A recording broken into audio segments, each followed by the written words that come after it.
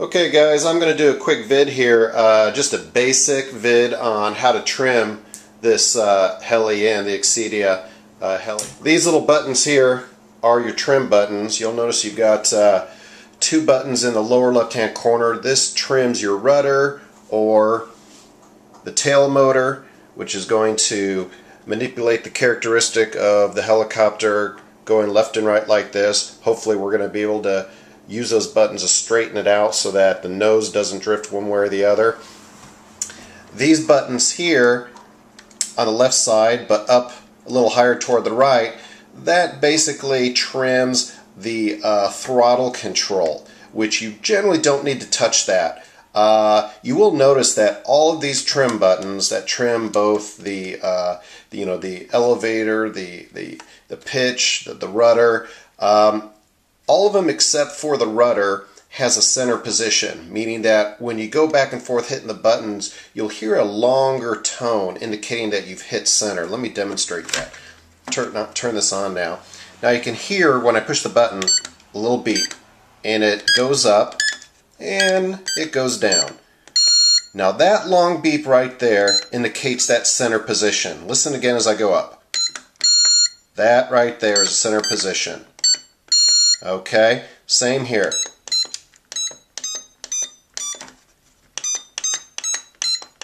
There's center position right here. You hear that long beep?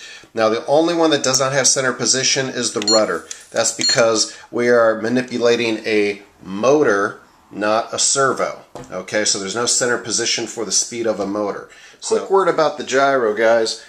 This helicopter's got a built-in gyro. What that basically means is it's going to manipulate the speed of this tail motor here to help you keep this nose straight, but you have to have it first trimmed in for it to do its job real well.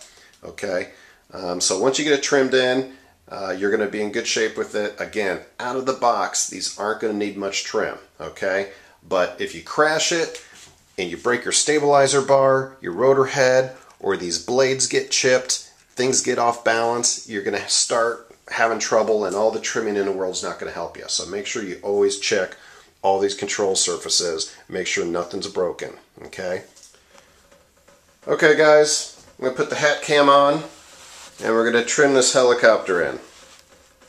Alright, hope I got the right angle here. Now I've got my transmitter on, the helicopter plugged in.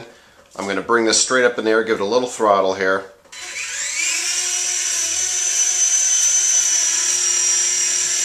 Okay. Now,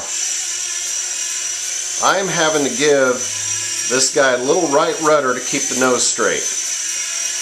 So, what I'm going to do, let me take this hat cam off, make sure you can see this. Alright, what I'm going to do is I'm going to use this is my rudder trim right down here. I'm going to give it 2 clicks, 1, 2, to the right. Okay, I pay attention to the nose. If the nose is going left, I trim to the right. Okay, let's take it back up in the air.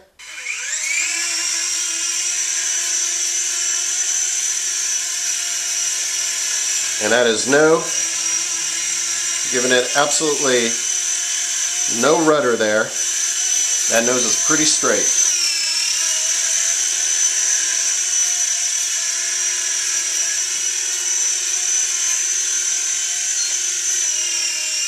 Now you can trim this in the air when you're flying it, when you get really good, but my recommendation is just to set it down nice and easy and trim it while it's on the ground. Okay? So if the nose is going left, you're going to give it a couple clicks of right rudder trim. Okay? Now, we have not talked about trimming the ailerons or the elevator, which is on the right here. This is going to trim in case the helicopter is going left and right. The nose is straight, but the helicopters could still go left and right, forward and backward. Out of the box, you really don't have to do much to this helicopter. It's pretty good. The only thing I've noticed is that you may have to trim the rudder a little bit. That's it. So again, it's pretty trimmed in now, and this is how it should fly. Okay? That's no hands on it, and look at that nose. Pretty good. Pretty straight. That's how you want it.